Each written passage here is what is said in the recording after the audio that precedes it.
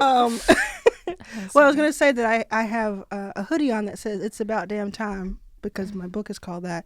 But for me, I feel like it's about damn time that we're sitting down and having this conversation on this podcast. Absolutely. Your First Million, or any podcast. I know, because, this is so cool. First of all, we've known each other since summer 2015, before I even had a fund. And then, second of all, I mean, we were just talking about, like, and I'm sure it'll be on there, like, we were just talking about the very first day that we met.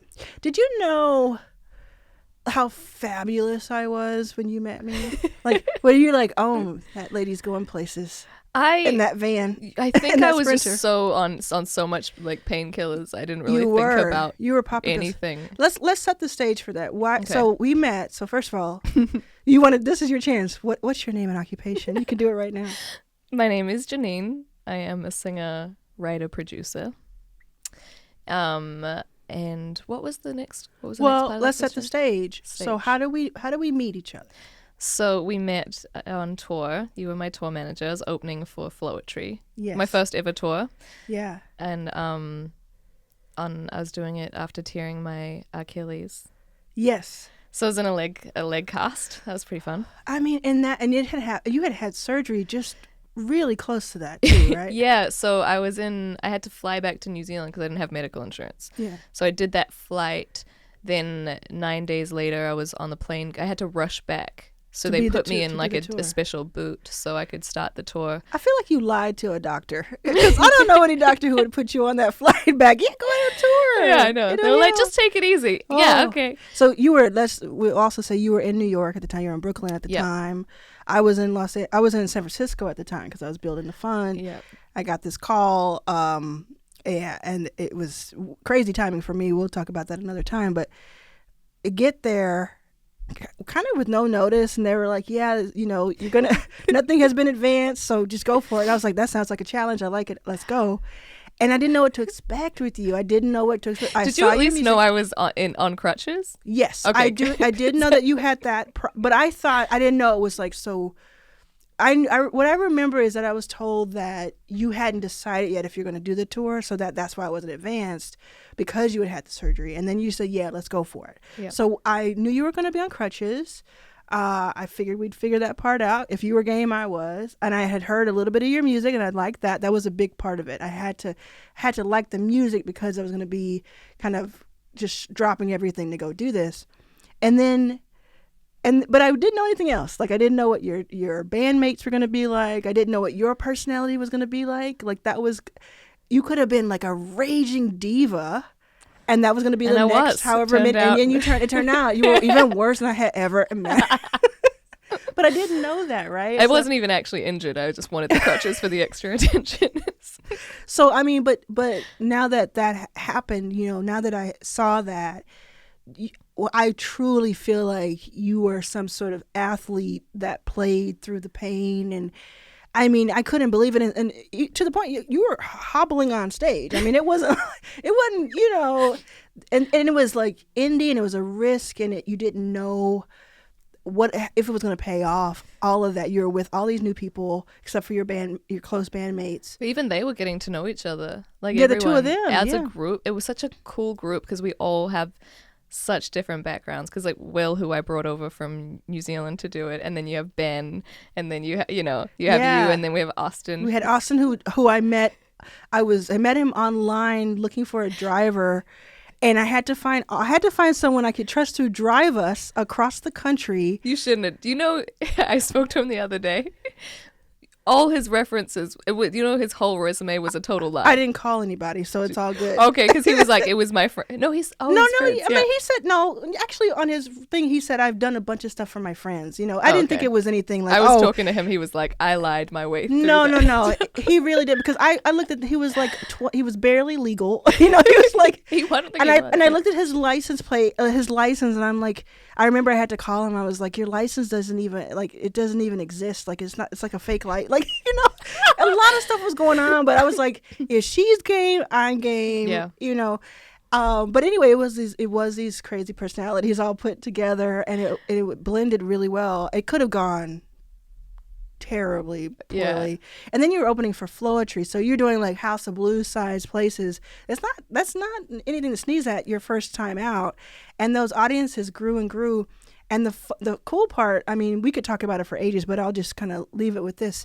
The part that I love so much, besides just seeing you grow as a performer, because you could take that first performance and that last few weeks and just compare them, is I'm gonna set the scene for y'all, especially if you're listening on audio. So Janine is what we call in the business Caucasian. And she's playing to an audience that, by and large, is 30s, 40s, 50s Black women, because this is Floetry, right? And some men, some people who are 20s, whatever. But it was by and large that. And so we're going to these places, and the Floetry themselves are amazing. They're treating us really well. But some of the venues or some of the promoters, whatever, they didn't really know what to make of us or of Janine. So they're not treating her the best at the beginning. They're not giving, like, they're giving her a broom closet and a toothpick, and that's her catering. And we're doing it. We're making it work, and we're trying to figure our stuff out. And then what just like really I loved was that would happen, and then Janine would go and do her sound check. And she would just do this sound check, and we were just like, okay, y'all keep acting silly. Y'all keep acting, you'll see. And we plug things in and everything. And then she'd do this, 15, 20-minute sound check. Every single place we went, without fail, everybody who was working there would stop, watch Janine do her sound check, listen to her sound check, and from that moment on, treat her and then us by proxy as royalty. Because, oh my God, did you just hear that? I can't believe that. Aww. And then she would replicate that in the performance itself later that night, and have people who had never heard of her losing their minds. And here's a cool part. Afterwards, she would sign when we finally got the merch. Because we were on the road. No names. Yes. So afterwards, she would sign her merch. She would sell things. And when we got to that point, I remember like we put things up and we're like, okay, we hope people come to it, whatever. And the next thing you know, there's a line around the corner. And this is between your set and Floetry set. Floetry hadn't performed together in years. This is a reunion tour. Let me tell you, this line of people, I would go every single night as a courtesy. I would go out to this audience, to this crowd who had lined up to meet Janine. And I would say, she will come after Floetry plays. She will come back and get your picture and if you want to go watch the performers. And every single one of them would stay in line, no matter how long it took, through how many songs, because they wanted to make sure that they didn't miss the chance. This happened in every city across the country. I have never seen anything like it. And I have worked on tours that were in arenas and in stadiums, and I've never seen anything like that. That instant, oh my God, what is going on situation here? Wow. And it was just really cool. And it would have been amazing if you weren't so rude to me all the time.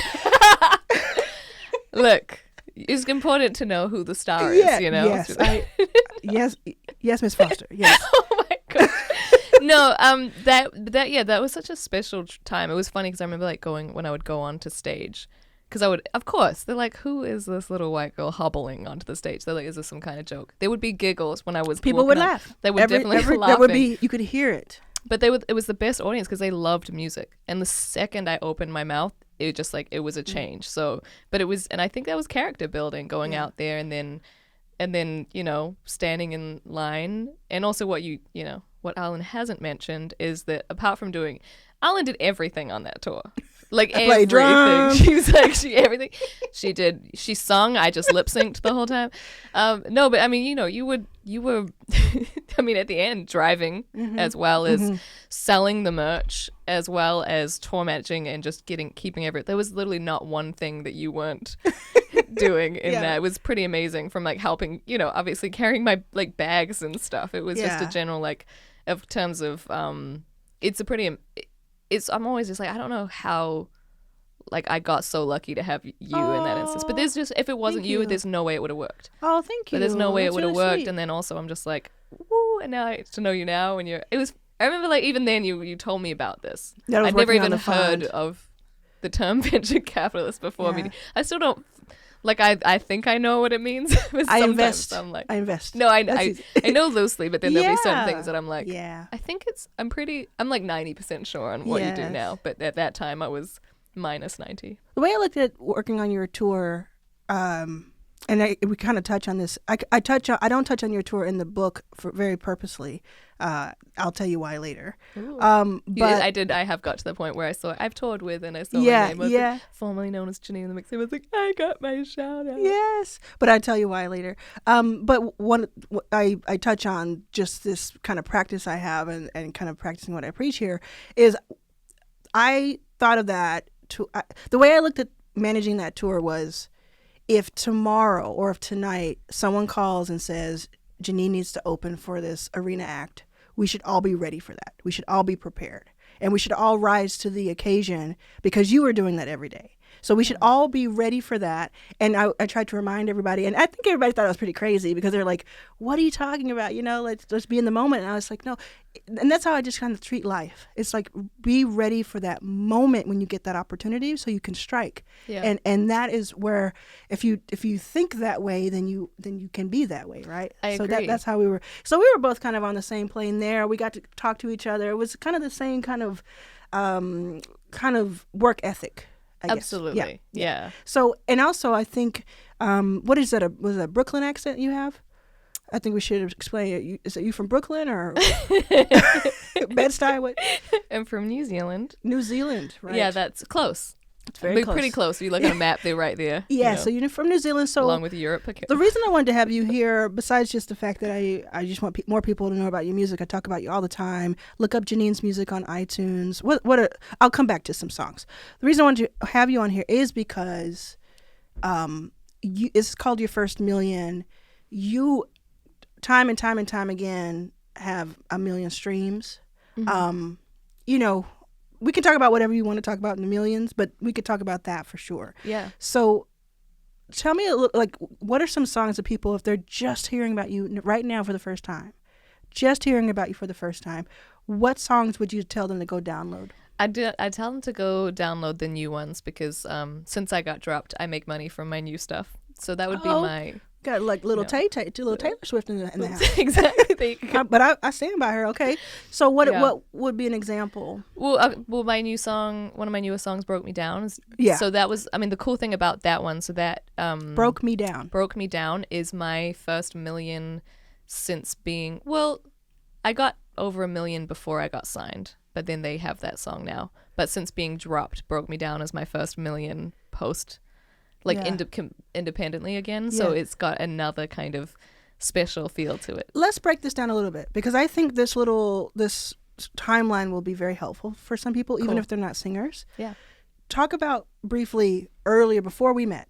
What happened? Because you had your song synced on a TV show in the States. Tell that story about being signed. Okay. The in between just a little bit, and then today, and kind of how things compare. Absolutely, yeah. So just going back a little further, so I started doing open mics with my original songs at 14. Went to university. Then after that, I came to New York for the first time. I just went for a month, booked 6 shows. They went really well, and I was like, oh, this is where I need to be. So I came back, and I lived there 2012 to 13. I think it was. I was on a postgraduate visa, so I could stay for a year. Mm-hmm. And in that time, when I was in New Zealand, I'd already done my EP, but I finished it in New York, put it out in 2013. It was called Dark Mind EP. And I had some songs that were picked up. One song was picked up, Dark Mind was picked up for sync on Black Ink Crew from VH1, and then they loved it, and then they put Hold Me on Love and Hip Hop Atlanta. Yeah. So, and it was right at the time my visa had run out. So, in that whole year, I'd been living like $5 a week. Like I was, post expensive. Truly. It was like I was deep in it. It was I was working full time, doing music full time. I slept 0 to 4 hours. That year was just like grind. And I was like, damn, my visa had run out, so I got to go back to New Zealand. Like I was devastated. I was like in the airport, like in tears. Like I don't want to give this up. I don't know when I can come back. So I knew the song was gonna be on Love and Hip Hop, and in that meantime, little things had come and gone and not happened, and I was like, So yeah, visa ran out, Love and Hip Hop happened, and then I was in New Zealand, and I was refreshing, and it was just going up like thousands or tens of thousands of plays, just like refreshing on SoundCloud. That night that it aired. It aired right away. Yeah. It started happening, and I was like, it was going up like tens of thousands, then like hundreds of thousands. And I remember just be like, Mom, I'm blowing up. Like this, it was so crazy. And then that was the first time I'd ever experienced that, like, whoa, this is really happening. Like all these plays are happening, and it got to 1 million pretty much right away, or within that week, and on all different platforms. And that night and the next day, I had like all the major labels in America had reached out. Yeah. And what did you think then? Because I've heard this story. I've been around, but I don't think I've ever asked you, what did that feel like? Did that feel like for you? Okay, it's over now. It's a lock, because the label is always the goal. Yeah, I think it did. I mean, it's actually interesting to think about, because it was just such a whirlwind. Like, I had so much to learn about. I had to get a lawyer, I had to get publishing, I had to get booking agents and the label, and I was meeting like 5 different, I was doing my own, like I was redoing hair and makeup like 3 times a day to be ready for different interviews, different meetings, and it was just so, I mean, I felt like a superstar. I felt like things just had changed, and everyone starts treating you amazing, because you're like, oh. So I honestly, it's funny, because when you asked that question, it was interesting, because I was like, did I think it was a wrap? I just was like, this is the beginning. It was the beginning. But I did have, my expectations were like a lot higher. It's gonna go, yeah. Because I was like, it was all new, right? And it's like whenever you reach a new level, that becomes the new standard, or the new like marking point. So it's once you make that first 1 million, if you don't, like with streams, if something doesn't reach 1 million, then it's failed. And it's considered failed. Considered. I mean, I'm talking about like how whether right or wrong, a lot of the time we personally feel. It's like that becomes the new, that's right. Where it was a personal record, now it's like, well, I have to hit that to feel like I've achieved. So I feel like, when that song came out and all that stuff happened, all that buzz happened, I was like, this is my new norm. And then it, it's like anything. Yeah. There's always going to be waves. So you did choose a label, a major label. Yep. You were on that label. You released things, and I don't want to spend too much time there, because what I really want to talk about, because people hear about label, they hear about labels, good and bad. They understand, they've heard some of their artists that they like are on labels. Sometimes it works out really well. Sometimes it doesn't. Think about people like Gaga. She was like picked up and dropped from like 5 labels until it happened or whatever. But it was what it was for a few years. Yeah. And then you were dropped, and you talk about that. That was like last year or what? Yeah, it was over a year ago. So yeah, I mean, I went through the system. Basically, like these things were really slow, didn't hit the way I would have wanted it to. And just briefly, it was certain things that I didn't really know the numbers of. Like I've been researching more now, and I'm like, oh, of course all this happened the way it happened, because I'm very passionate. I'm so hands-on with everything I do.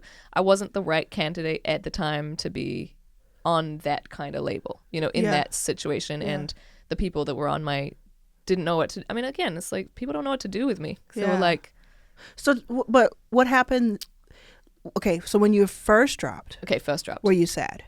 Okay. So the funny thing is, life is so interesting. So I had decided that I was going to go I had a meeting with a new A&R. They were like, cool, let's meet up. And I was like, all right. And I decided that because of the way things had gone with the label, that internally, even though I get along with everyone and I'd never been outwardly upset, internally I was like acting like a girlfriend who'd been cheated on. Like internally my energy was like always bitter, a little bitter without, I didn't let it out, but that's how I felt. So I was like, you know what? I'm going to try. I was either going to ask to be dropped, or I'm like, you know what? Let's just do this. Yeah. So I decided I'm going to work on internally dropping all of that and going in and being like, let's kill this. We're a team. Let's do it. Yeah. And I sat down, and then he was like, so Atlantic's going to let you go. Yeah. And I was like, okay. And but it was funny because he was like, we love you. I mean, you can take it how you want. I actually believed these conversations. I mean, I don't believe everything, but I believed this. And they were like, he was like, this is an opportunity for you. Mm-hmm. You're going to do well. And he had Craig Kalman as the head of Atlantic, who signed me personally. He's like, he's going to call you. So I got a call to talk about it. And even he was like, honestly, I still believe in you and you're going to do really well. Yeah. And you're going to be better off. Yeah. And yes, since being dropped, it was great because basically everything I've done has worked. Like, well, that's what I want to dig into. Yeah. Because that's why I wanted to set the stage of what you have gone through and what, people think about. Like, I get a lot of messages where people are like, I'm shooting my one shot with you. One shot. And I'm always like, it can't be your one shot. You have so many chances. You can fall, you can stumble, you can come back, you can pivot, all of that. So you're dropped from this label, okay, but you go back to your roots. I was like, so all right, let's go. So I was excited. I remember I walked back from Beverly Hills to Thai-town. Mm-hmm. I walked all the way. I was just 2 hours like on the phone, just like spitballing ideas. I was like, yes. Because here's the thing that we can, a lot of people who listen to this, a lot aren't, but a lot are entrepreneurs. Yeah. So you understand. Let me break it down like this. You basically understood that for a long time, Janine's equity was split all kinds of ways. Yeah. So that meant her revenue was split all kinds of ways, or her returns were split. But now you're kind of like, even though you have fewer resources, you're only sharing it with yourself and whomever you decide to hire. Yeah, and because that's the beauty of what I've done. Because I produce, I write, I engineer, I can do everything myself. I'm not waiting on anyone. I do my own artwork. I shoot my own videos. I edit my own videos. Yeah. So I did the cover art for my stuff. Yeah. And when that's what I did on my Dark Mind EP that got signed. And I did that all myself. The reason you got signed was because of something that you did on your own. Everything. And then you leave the label and go back to that. And then the label was, and then there was this element of other people and then trying to fit a mold, and it didn't work. So I went back to the first thing like that I really started putting out. My first song is like done better than anything I've done. I've over doubled my followers. I've tripled my monthly listeners. I'm like building and people are interested in me. It's exciting. Mm-hmm. So it's funny for me because a lot of time people talk about, especially in music, like distributions and labels and reach, and obviously marketing and putting money into stuff. And that makes sense. Of course, the more money you put into marketing, the more people you should reach. But for me, the funny thing is if I look at it, everything that I've done that I've put $0 into and put all of just my personal, dollars, it's like, I have so much value without putting actual money mark to it. Without putting any dollars into it has done better than anything else. Whoa. I've tested this theory. So I was like, my first EP, Hold Me, is still my today #1 song. But my new song is sitting on top of it in my most popular songs on Spotify. And that to me is such a big achievement because nothing had come close to that. Mm-hmm. And that was something I put out independently in 2013 that was re-released by a label in 2014. The Hold Me? The Hold Me and Dark Mind, the whole EP was put out. And then and Broke Me Down is the song you're talking about now. I listened to that song yesterday on the plane. Yeah. It's a great song. You have like a... Baby, you broke me down, down, down, down, down. Baby, you broke me down, down, down, down for nothing. I'm looking in the mirror and recognize myself. Baby, you broke me down, down, down, down for nothing. Baby, you broke me down. You broke me down. So again, sometimes I go quite deep in things to make sure it feels right and sounds right. So that song I recorded with like the guitar 7 times. I redid it 7 times. And ended up the guitar playing on the actual one that did well. It's me playing. After I had so many people that could play so much better than me come and play, and they all slayed it, but it wasn't the right feel. Mm-hmm. But in that process, I had someone come in and do an acoustic guitar version, which was great. It just wasn't the right fit. So when the song got to 1 million, I was like, let me drop an acoustic version. So I just used the guitar, and so I could use the stuff that I've already done and just kind of feed people back to the original as much as possible. And the first time I ever heard that song, because it is one of my favorites of yours, by the way. Oh, thank you. And I've heard all your songs. The first time I heard it was you played it at a show in LA, where you live now. You do live here now. You played it at a show, and your whole show is high energy. Has a full band usually. It's this powerful pop R&B show, and then you broke it down and busted out an acoustic guitar and played this song, and I thought, wow, how vulnerable and how wonderful, and I loved it the moment I heard it, and I'm like, oh, I can't wait to hear this like as a single or something. And I didn't know where you're going to go with it, but I'm really glad that you kind of stayed true mostly to that kind of vibe, because that's what hooked me to begin with. Yeah, thank you. It was funny because, again, also now it's funny because my 2 biggest songs I wrote on guitar and then produced out. Hold Me I actually wrote on guitar as well. But then I got synth players, and I got a Will to come play keys on that one originally. And then this one, so I was going to sort of do the same thing and produce it out with keys. Yeah. But it just didn't fit. And we just got to do what's right for the song. But that was a really cool experience to test the songs out live, because I knew something was going to go, it was going to do well. Like I had a feeling. And then, it was really cool because, when people used to record albums, they used to go and take their albums on tour before they recorded them. Right. Like they would take it out, and then the audience would kind of show them what songs were good, and then they would get super tight as a band, and then they would come and record it. And obviously now people write the song and record it on the spot, and the whole thing is done in one process before they've even got to like sit and really like figure out all the feeling and how people are going to feel. So it was kind of like a nice, almost like old school approach to. I have a very random question because you said that. I love random questions. What do you think of Linda Ronstadt? Have you ever heard her music? No. Okay, so you're talking about taking stuff out. So I knew her name in the peripheral or whatever. I was at home, as I often am on the weekends, and on either CNN or MSNBC, one of the two, probably CNN, there was going to be this documentary about her. And I'm like, I literally said out loud by myself, I was like, why would I want to watch that? Why are they doing this? Like, why would I want to watch this? But I kept it playing in the background. Do you know I was glued glued. Had no idea. So she has a couple of songs that you've heard them back. This woman is amazing. I don't know. I'm just going to say this now. Like, find that documentary. I believe it's available on like Apple or something. Just find it. I downloaded her catalog of music.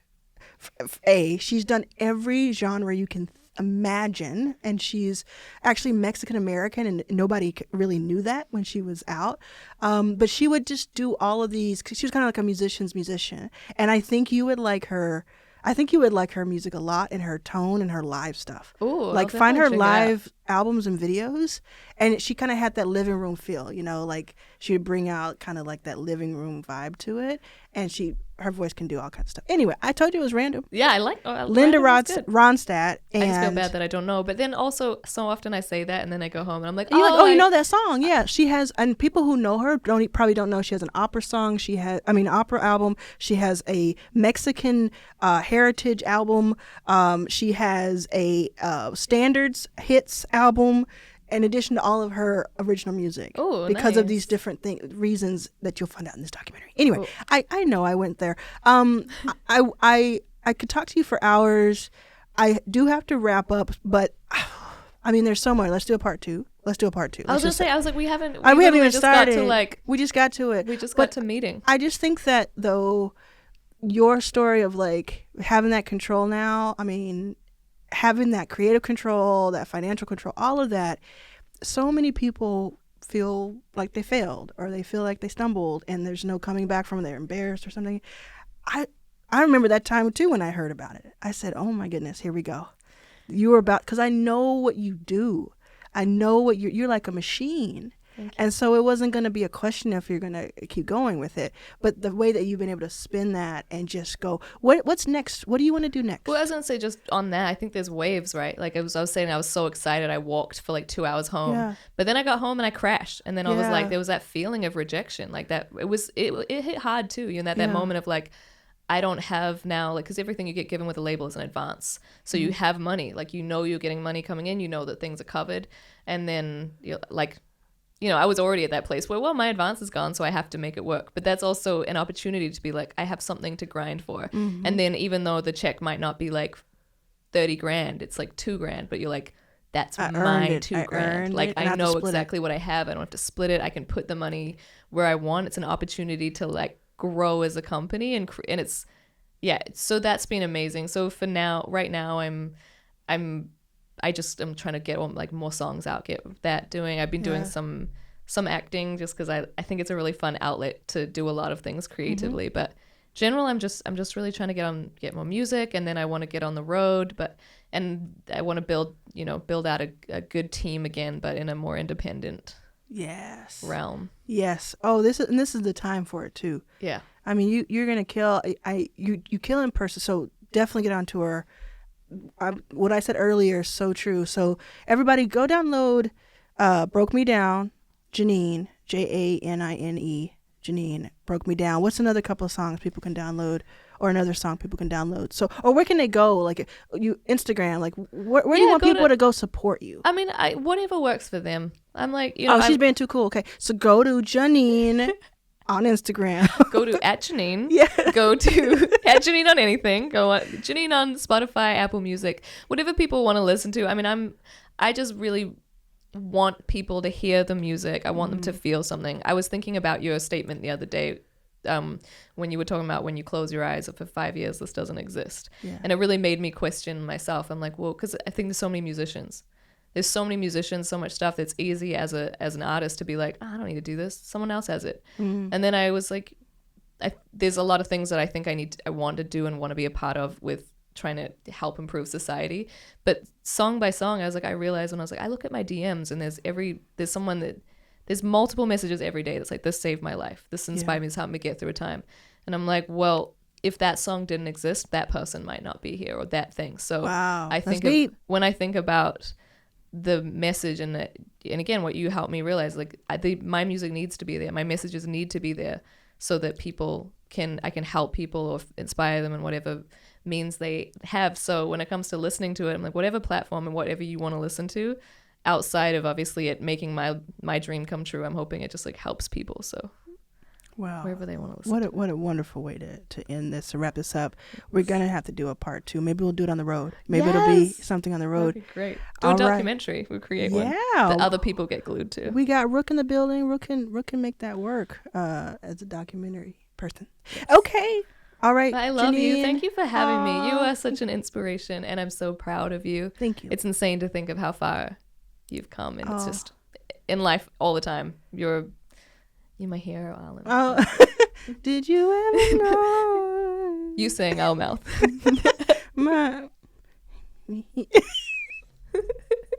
That would have been crazy if you started singing what you really was. And I was like, all right, well, thank you. And we're going to be out. Thanks for listening, everybody. Thank you.